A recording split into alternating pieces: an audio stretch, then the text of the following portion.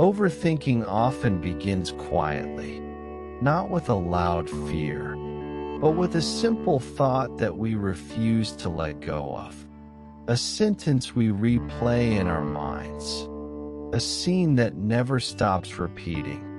While the world moves forward, our thoughts circle in place, tighter and tighter, until the mind becomes a room with no doors. We don't notice at first. The hands keep working. The body stays in motion. But inside, the loop has already started.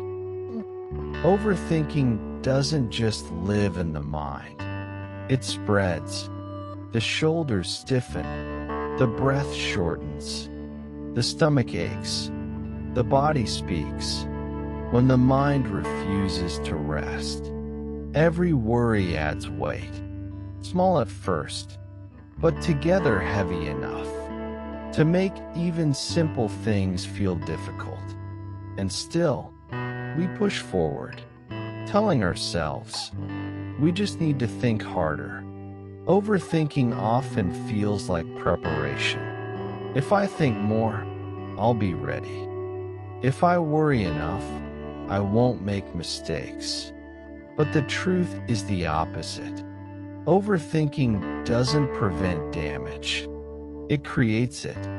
It convinces us that every situation needs a perfect answer, that we must control outcomes before they even arrive. And in that attempt to control everything, we end up controlling nothing. Overthinking is not one thought. It is 1,000. What if I fail? What if I'm wrong? What if I miss something? The mind becomes a storyteller, writing scenes that never happen. We replay conversations that already ended. We imagine futures that haven't begun. And the present moment is lost between them.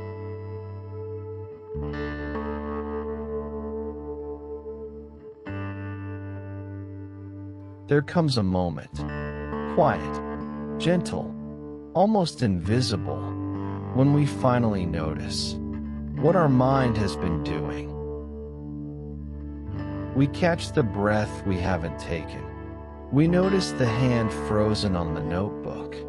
We realize we are no longer thinking. We are drowning. Awareness is the first step out.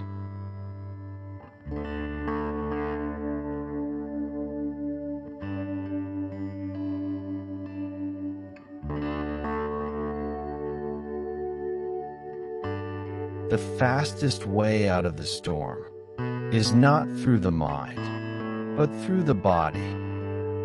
Breathing slowly, relaxing the jaw, softening the shoulders, unclenching the stomach. The body is an anchor. When it returns to calm, the mind follows. Even one slow breath can change everything.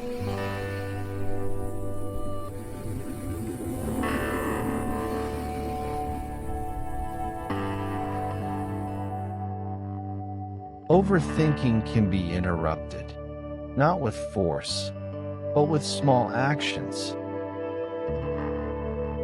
Write one thought down, close the laptop, stand up and stretch, make a warm cup of tea, touch a real object instead of a thought. These little resets remind the brain that the world exists outside the loop.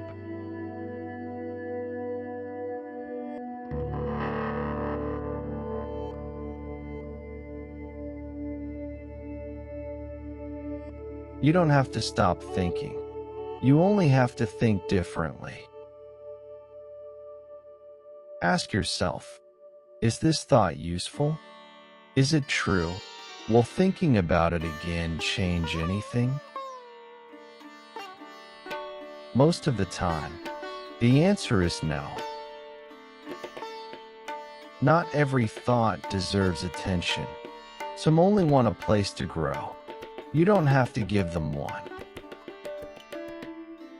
Letting go is not forgetting. It is simply choosing to carry less.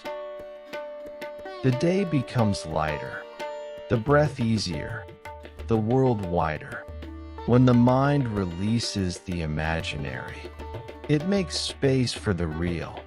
A single moment of clarity can feel like opening a window in a room that has been closed for air.